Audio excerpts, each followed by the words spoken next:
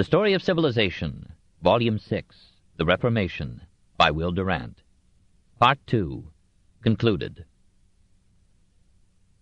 When the prince became Sigismund II, both Lutheranism and Calvinism advanced rapidly. The Bible was translated into Polish, and the vernacular began to replace Latin in religious services. Prominent priests like Jan Laski announced their conversion to Protestantism. In 1548, the Bohemian Brethren, exiled from their own country, moved into Poland, and soon there were 30 conventicles of their sect in the land. The attempt of the Catholic clergy to indict some members of the Szlachta for heresy and to confiscate their property led many minor nobles to rebel against the Church in 1552. The National Diet of 1555 voted religious freedom for all faiths based on the pure Word of God, and legalized clerical marriage and communion in bread and wine. The reform in Poland was now at its crest. The situation was complicated by the development, in Poland, of the strongest Unitarian movement in 16th-century Europe. As early as 1546, the anti-Trinitarian tentatives of Servetus were discussed in this far east of Latin Christianity. Lilius Socinus visited Poland in 1551 and left a ferment of radical ideas. Giorgio Blandrada continued the campaign, and in 1561 the new group issued its Confession of Faith. Continuing the confusion of Servetus's theology, they restricted full divinity to God the Father, but professed belief in the supernatural birth of Christ, his divine inspiration, miracles, resurrection, and ascension. They rejected the ideas of original sin and Christ's atonement.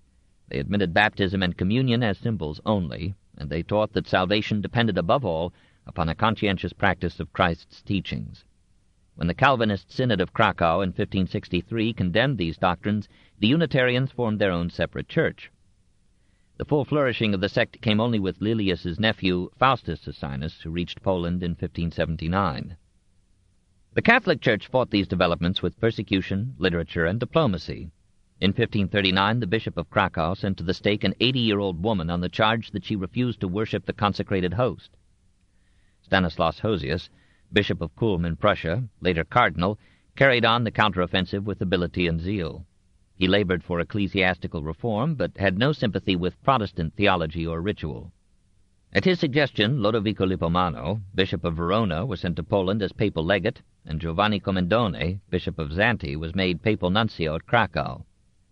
They won Sigismund II to active support of the Church by stressing the divisions among the Protestants and magnifying the difficulty of organizing the moral life of the nation on such inimical and fluctuating creeds. In 1564, Hosius and Commendone brought the Jesuits into Poland. These trained and devoted men secured strategic places in the educational system, caught the ear of pivotal personalities, and turned the Polish people back to the traditional faith. The Bohemians had been Protestants before Luther and found little to terrify them in his ideas. A large German element on the border readily accepted the reform. The Bohemian Brethren, numbering some 10% of the 400,000 population, were more Protestant than Luther. 60% were Utraquists, Catholics who took the Eucharist in wine as well as bread and ignored the protests of the popes. By 1560, Bohemia was two-thirds Protestant, but in 1561 Ferdinand introduced the Jesuits, and the tide turned back to the Orthodox Catholic creed. The Reformation came to Hungary through German immigrants bearing the news of Luther, that one could defy the Church and the Empire and yet live. Hungarian peasants oppressed by a Church-supported feudalism viewed with some favor a Protestantism that might end ecclesiastical tithes and dues. Feudal barons looked with grasping eyes upon vast Church properties whose products competed with their own. Town laborers, infected with utopia, saw in the Church the chief obstacle to their dream and indulged in image-breaking ecstasies. The Church cooperated by persuading the government to make Protestantism a capital crime. In western Hungary, King Ferdinand labored for a compromise and wished to allow clerical marriage and communion in both forms. In eastern Hungary, Protestantism spread freely under a Turkish rule scornfully indifferent to varieties of Christian belief.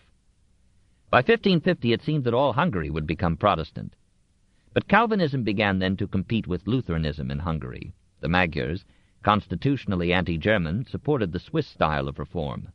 And by 1558 the Calvinists were numerous enough to hold an impressive synod at Csenger.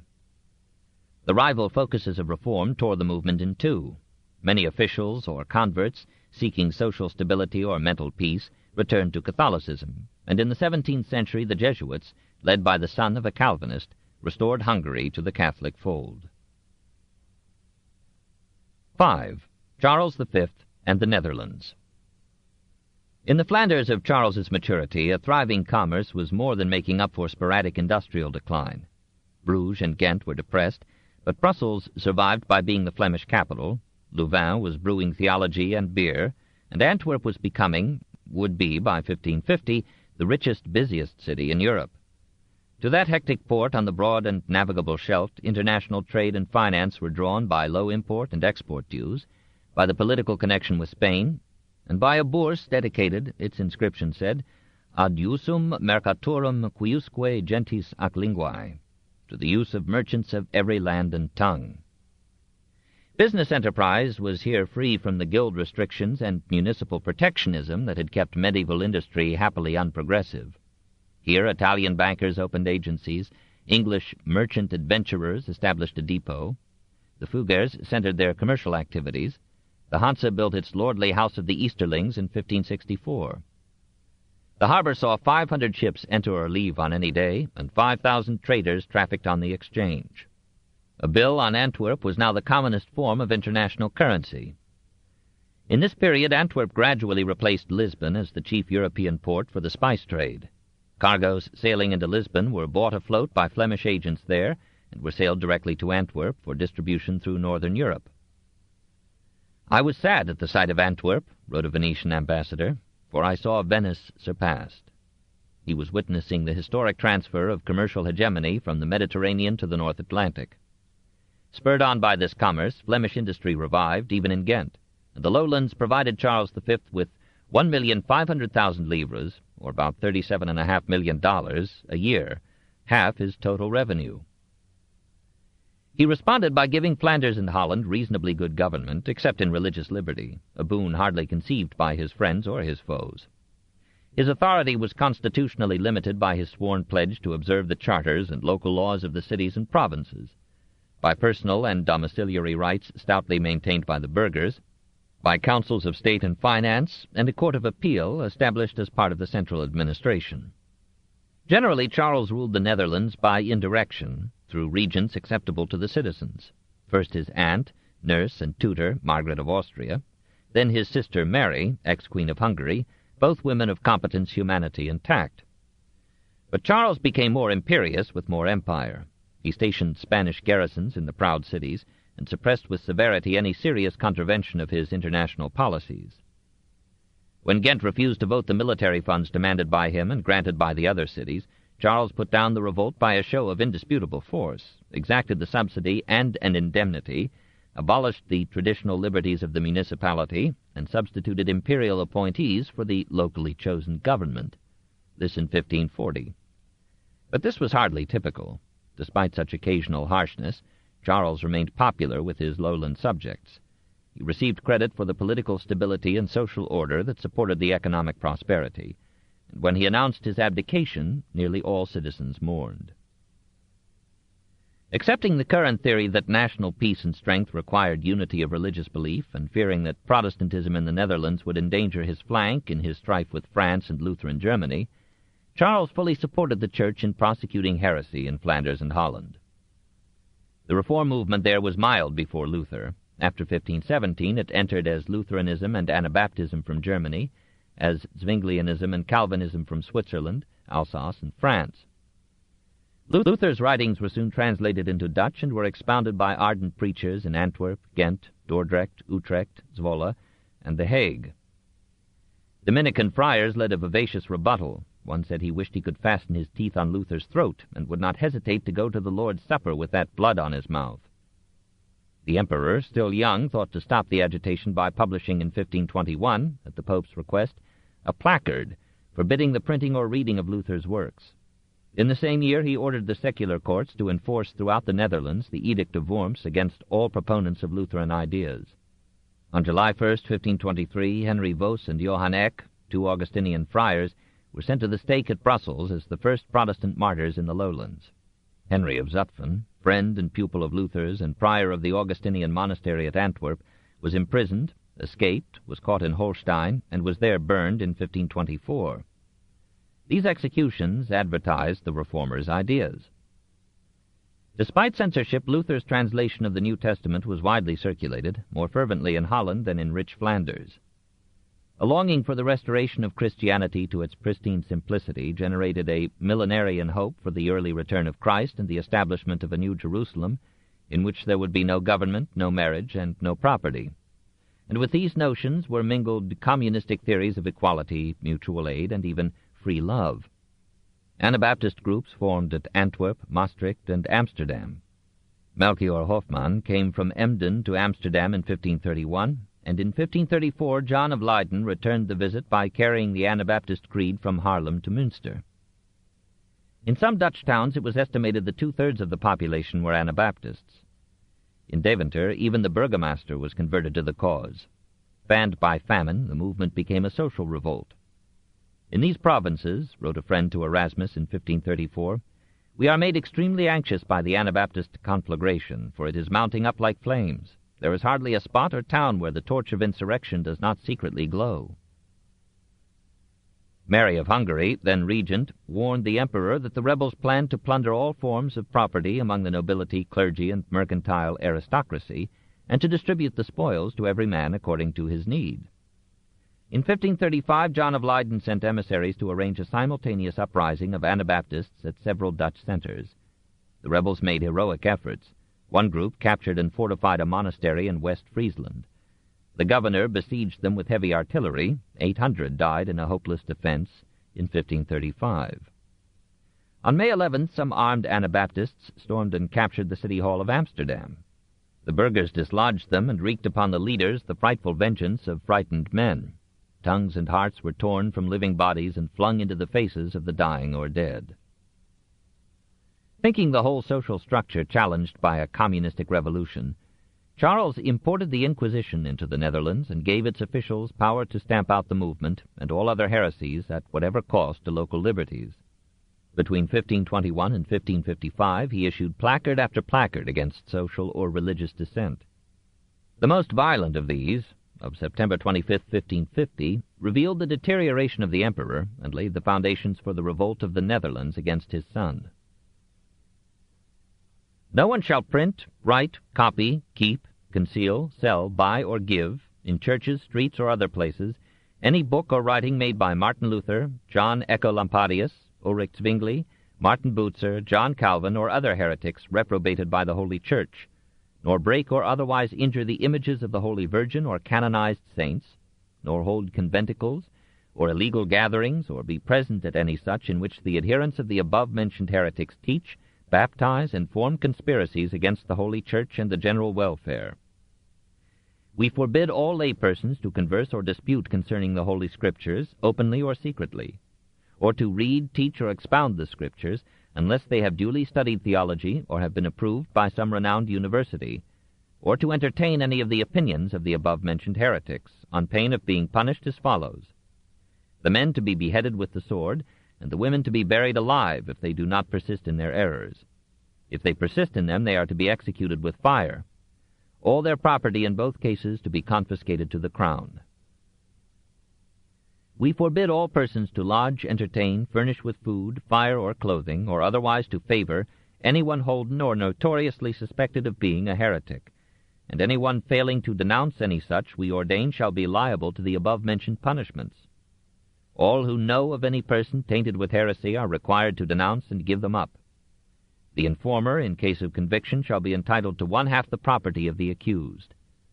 To the end that the judges and officers may have no reason, under pretext that the penalties are too great and heavy and only devised to terrify delinquents, to punish them less severely than they deserve, we ordain that the culprits really be punished by the penalties above declared. We forbid all judges to alter or moderate the penalties in any manner. We forbid anyone of whatever condition to ask of us, or of anyone having authority to grant pardon to or to present any petition in favor of such heretics, exiles, or fugitives, on penalty of being declared forever incapable of civil or military office, and of being arbitrarily punished. In addition, any person entering the Low Countries was required to sign a pledge of loyalty to the full Orthodox creed.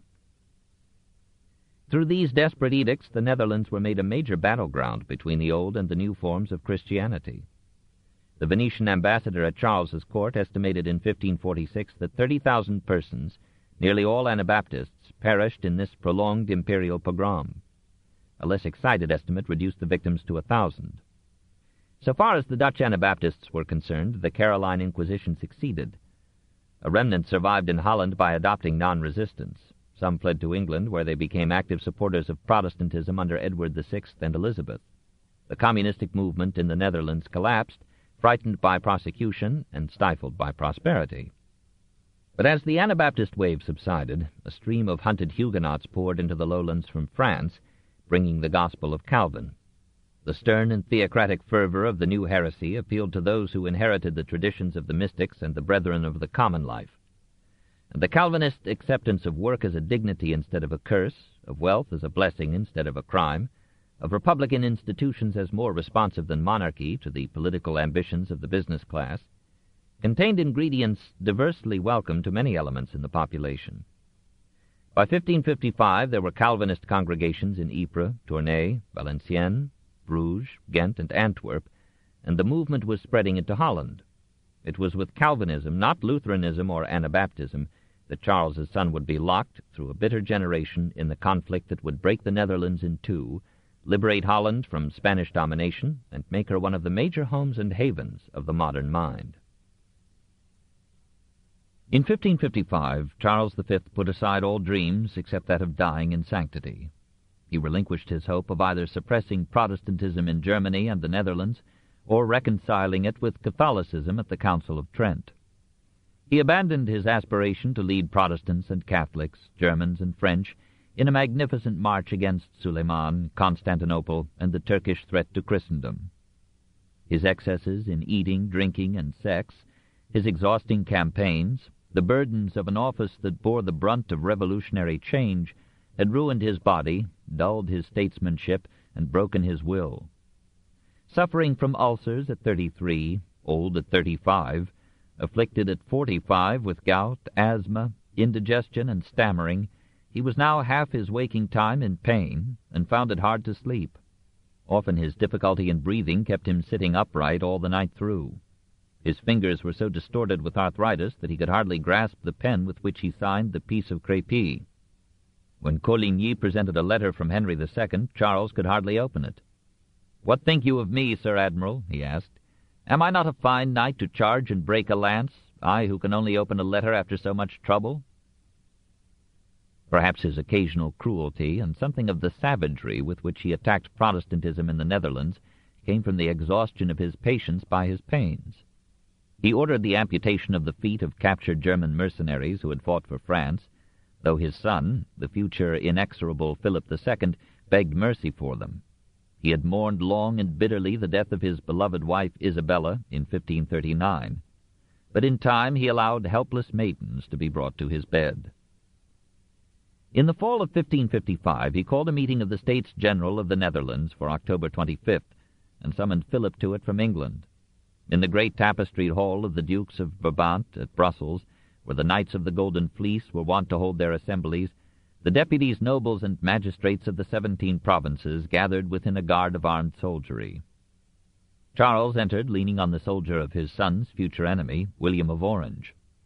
Philip followed with the Regent Mary of Hungary, then Emmanuel Philibert of Savoy, and the Emperor's councillors, and the Knights of the Fleece, and many other notables around whom the world once turned before forgetting them. When all had been seated, Philibert rose and explained, too lengthily and vividly for Charles's enjoyment, the medical, mental, and political reasons why the Emperor wished to abdicate his rule in the Netherlands to his son. Then Charles himself stood up, leaning again on the tall and handsome Prince of Orange, and spoke simply and to the point. He summarized his rise to successively wider powers and the absorption of his life in government. He recalled that he had visited Germany 9 times, Spain 6, Italy 7, France 4, England and Africa twice, and had made 11 voyages by sea. He continued, "This is the 4th time that I am setting out hence for Spain.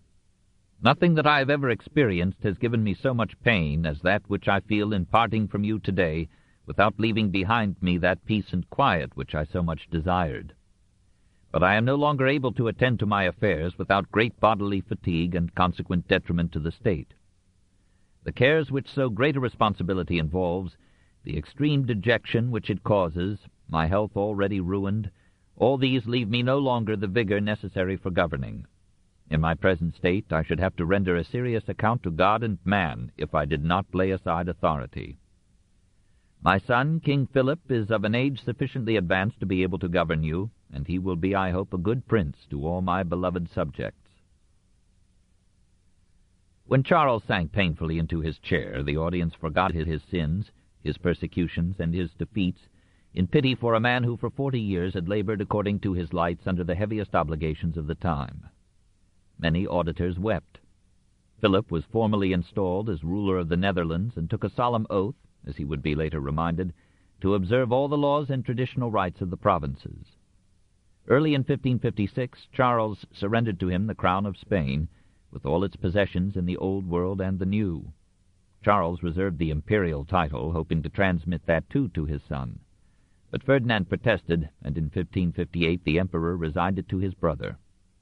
On September 17, 1556, Charles sailed from Flushing to Spain. 6. Spain, 1516 to 1558. 1. The Revolt of the Comuneros, 1520 to 1522. It was a questionable boon for Spain that her king, Charles I, who ruled from 1516 to 1556, became the Emperor Charles V from 1519 to 1558. Born and reared in Flanders, he acquired Flemish ways and tastes, until in his final years the spirit of Spain conquered him. The king could be only a small part of the emperor who had his hands full with the Reformation, the papacy, Suleiman, Barbarossa, and Francis I. The Spaniards complained that he gave them so little of his time and spent so much of their human and material resources on campaigns apparently foreign to Spanish interests. And how could an emperor sympathize with the communal institutions that had made Spain half a democracy before the coming of Ferdinand the Catholic, and that she so longed to restore? Charles's first visit to his kingdom in 1517 earned him no love. Though king for 20 months past, he still knew no Spanish. His curt dismissal of the devoted Jimenez shocked Spanish courtesy. He came surrounded by Flemings who thought Spain a barbarous country waiting to be milked, and the 17-year-old monarch appointed these leeches to the highest posts. The various provincial cortes, dominated by the hidalgos or lower nobility, did not conceal their reluctance to accept so alien a king. The Cortes of Castile refused him the title, then grudgingly recognized him as co-ruler with his demented mother Juana. And it let him understand that he must learn Spanish, live in Spain, and name no more foreigners to office. Other Cortes laid down similar demands. Amid these humiliations, Charles received the news that he had been elected emperor, and that Germany was summoning him to show himself and be crowned. When he asked the Cortes at Valladolid, then the capital, to finance the trip, he was rebuffed, and a public tumult threatened his life. Finally, he secured the money from the Cortes of Corunna and hurried off to Flanders. To make matters trebly perilous, he sent corregidores to protect his interests in the cities and left his former tutor, Cardinal Adrian of Utrecht, as regent of Spain. Now one after another of the Spanish municipalities rose in the Revolt of the Comuneros, or commune members.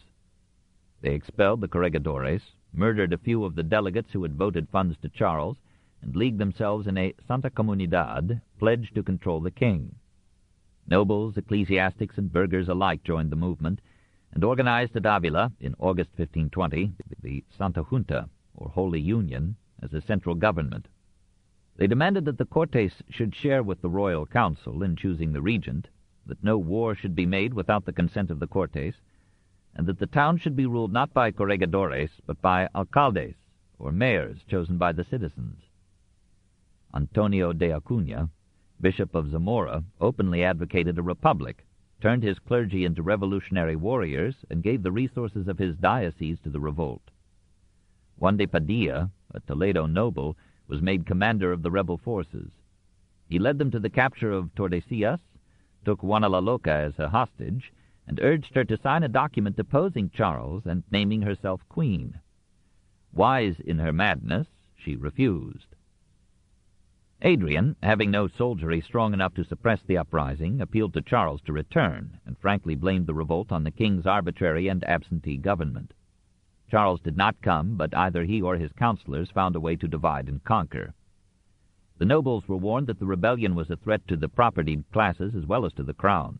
And indeed the working classes, long oppressed with fixed wages, forced labor, and prohibition of unions, had already seized power in several towns. In Valencia and its neighborhood, a Germania, or brotherhood of guildsmen, took the reins and ruled the committees of working men. This proletarian dictatorship was unusually pious. It imposed upon the thousands of Moors who still remained in the province the choice of baptism or death. Hundreds of the obstinate were killed. In Majorca, the commons, whose masters had treated them as slaves, rose in arms, deposed the royal governor, and slew every noble who could not elude them. Many towns renounced their feudal ties and dues. In Madrid, Sigüenza, and Guadalajara, the new municipal administration excluded all nobles and gentry from office.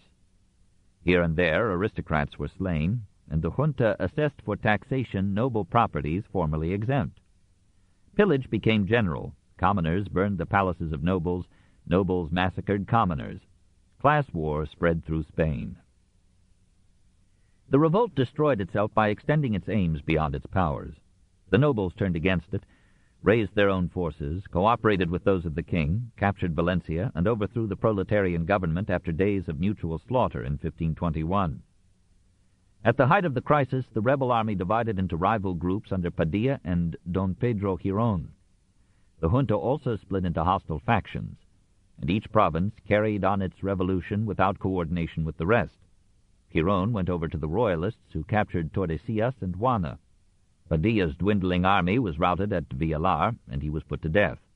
When Charles returned to Spain in July 1522 with 4,000 German troops, victory had already been won by the nobles, and nobles and commoners had so weakened each other that he was able to subdue the municipalities and the guilds, tame the Cortes, and establish an almost absolute monarchy. The democratic movement was so completely suppressed that the Spanish commons remained cowed and obedient till the 19th century. Charles tempered his power with courtesy, surrounded himself with grandees, and learned to talk good Spanish. Spain was pleased when he remarked that Italian was the proper language to use to women, German to enemies, French to friends, Spanish to God. 2. The Spanish Protestants. Only one power could now challenge Charles in Spain, the Church. He was pro-Catholic but anti-papal. Like Ferdinand the Catholic, he sought to make the Spanish Church independent of the popes, and he so far succeeded that during his rule ecclesiastical appointments and revenues were in his control and were used to promote governmental policies. In Spain, as in France, no reformation was needed to subordinate the Church to the state. Nonetheless, during the half of his reign that Charles spent in his kingdom, the fervor of Spanish orthodoxy so worked upon him that in his later years nothing, except the power of the Habsburgs, seemed more important to him than the suppression of heresy. While the popes tried to moderate the Inquisition, Charles supported it till his death. He was convinced that heresy in the Netherlands was leading to chaos and civil war, and was resolved to circumvent such a development in Spain. The Spanish Inquisition abated its fury, but extended its jurisdiction under Charles. It undertook the censorship of literature, had every bookstore searched, and ordered bonfires of books charged with heresy. It investigated and punished sexual perversions. It instituted rules of limpieza, or purity of blood, which closed all avenues of distinction to descendants of conversos, and to all who had ever been penanced by the tribunal. It looked upon mystics with a stern eye, for some of these claimed that their direct intercourse with God exempted them from attending church, and others gave their mystical ecstasies a suspiciously sexual flavor. The lay preacher Pedro Ruiz de Alcaraz announced that coitus was really union with God, and Friar Francisco Ortiz explained that when he lay with a pretty fellow mystic, even when he embraced her naked body, it was not a carnal sin, but a spiritual delight. The Inquisition dealt leniently with these alumbrados, or enlightened ones, and kept its severest measures for the Protestants of Spain. As in northern Europe, an Erasmian skirmish preceded the Protestant battle. A few liberal churchmen applauded the humanists' strictures on the faults of the clergy. But Jimenez and others had already reformed the more palpable abuses before the coming of Charles. Perhaps Lutheranism had seeped into Spain with Germans and Flemings in the royal entourage. A German was condemned by the Inquisition at Valencia in 1524 for avowing Lutheran sympathies. A Flemish painter was sentenced to life imprisonment in 1528 for questioning purgatory and indulgences. Francisco de San Roman, the first known Spanish Lutheran, was burned at the stake in 1542, while fervent onlookers pierced him with their swords. Juan Diaz of Cuenca imbibed Calvinism at Geneva. His brother Alfonso rushed up from Italy to reconvert him to orthodoxy. Failing, Alfonso had him killed in 1546. At Seville, a learned canon of the cathedral, Juan Gil, or Egidio, was imprisoned for a year for preaching against image worship, prayer to the saints, and the efficacy of good works in earning salvation. After his death, his bones were exhumed and burned. His fellow canon, Constantino Ponce de la Fuente, continued his propaganda and died in the dungeons of the Inquisition. 14 of Constantino's followers were burned, including 4 friars and 3 women. A large number were sentenced to diverse penalties, and the house in which they had met was razed to the ground. Another semi-Protestant group developed in Valladolid, and here influential nobles and high ecclesiastics were involved. They were betrayed to the Inquisition. Nearly all were arrested and condemned.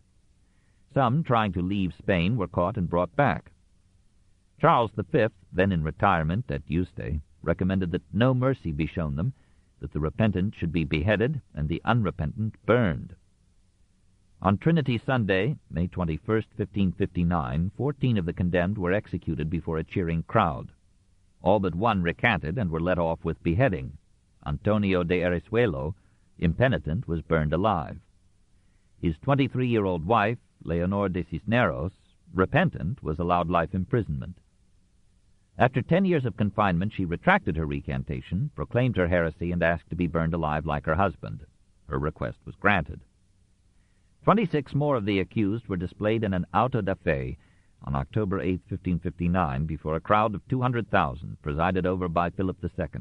2 victims were burned alive, 10 were strangled. The most famous prey of the Inquisition in this period was Bartolomé de Carranza, Archbishop of Toledo and Primate of Spain. As a Dominican friar, he was active for many years in hounding heretics. Charles appointed him envoy to the Council of Trent and sent him to England to attend the marriage of Philip and Queen Mary. When he was elected archbishop in 1557, only his own vote kept the choice from being unanimous. But some of the Protestants arrested at Valladolid testified that Carranza had secretly sympathized with their views. He was found to have corresponded with the Spanish-Italian reformer Juan de Valdés, and the influential theologian Melchior Cano accused him of upholding the Lutheran doctrine of justification by faith. He was arrested only 2 years after his elevation to the highest ecclesiastical dignity in Spain. We may judge from this the power of the Spanish Inquisition. For 17 years he was kept in one prison or another, while his life and writings were subjected to scrutiny at Toledo and Rome. Gregory XIII proclaimed him vehemently suspected of heresy, ordered him to abjure 16 propositions, and suspended him for 5 years from the exercise of his office. Carranza accepted the sentence humbly and tried to perform the penances assigned to him, but within 5 weeks, exhausted by imprisonment and humiliation, he died. This in 1576. With him ended all danger of Protestantism in Spain.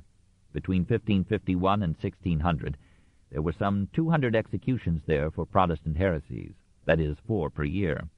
The temper of the people, formed by centuries of hatred for Moors and Jews, had congealed into an unshakable orthodoxy. Catholicism and patriotism had merged, and the Inquisition found it a simple matter to stamp out in a generation or two the passing Spanish adventure with independent thought. 3. The Emperor passes, 1556 to 1558. On September 28, 1556, Charles V made his final entry into Spain. At Burgos he dismissed with rewards most of those who had attended him and took leave of his sisters, Mary of Hungary and Eleonora, widow of Francis I.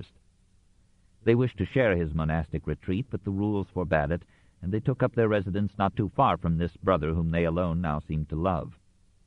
After suffering many ceremonies en route, he reached the village of Wandia in the valley of Plasencia, some 120 miles west of Madrid. There he tarried several months while workmen completed and furnished the accommodations that he had ordered in the monastery of Yuste, or St. Justus, 6 miles away. When he made the last stage of his journey on February 3, 1557, it was not to a monastic cell, but to a mansion spacious enough to house the more intimate of his 50 servitors. The monks rejoiced to have so distinguished a guest, but were chagrined to find that he had no intention of sharing their regimen. He ate and drank as abundantly as before, that is, excessively. Sardine omelets, Estremadura sausages, eel pies, pickled partridges, fat capons, and rivers of wine and beer disappeared into the imperial paunch, and his physicians were obliged to prescribe large quantities of senna and rhubarb to carry off the surplusage. Instead of reciting rosaries, litanies, and psalms, Charles read or dictated dispatches from or to his son, and offered him advice on every aspect of war, theology, and government. In his final year he became a merciless bigot. He recommended ferocious penalties to cut out the root of heresy, and he regretted that he had allowed Luther to escape him at Worms. He ordered that 100 lashes should be laid upon any woman who should approach within 2 bowshots of the monastery walls. He revised his will to provide that 30,000 masses should be said for the repose of his soul. We should not judge him from those senile days. Some taint of insanity may have come down to him with his mother's blood. In August 1558, his gout developed into a burning fever. This returned intermittently and with rising intensity. For a month he was racked with all the pains of death before he was allowed to die on September 21st, 1558. In 1574, Philip had the remains removed to the Escorial, where they lie under a stately monument. Charles V was the most impressive failure of his age, and even his virtues were sometimes unfortunate for mankind. He gave peace to Italy, but only after a decade of devastation, and by subjecting it and the papacy to Spain. And the Italian Renaissance withered under that somber mastery. He defeated and captured Francis, but he lost at Madrid a royal opportunity to make with him a treaty that could have saved all faces and 100,000 lives.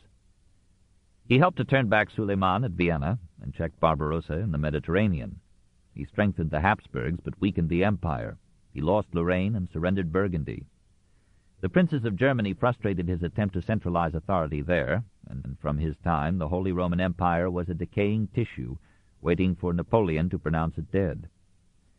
He failed in his efforts to crush Protestantism in Germany, and his method of repressing it in the Netherlands left a tragic legacy to his son. He had found the German cities flourishing and free. He left them ailing under a reactionary feudalism. When he came to Germany, it was alive with ideas and energy beyond any other nation in Europe. When he abdicated, it was spiritually and intellectually exhausted, and would lie fallow for 2 centuries.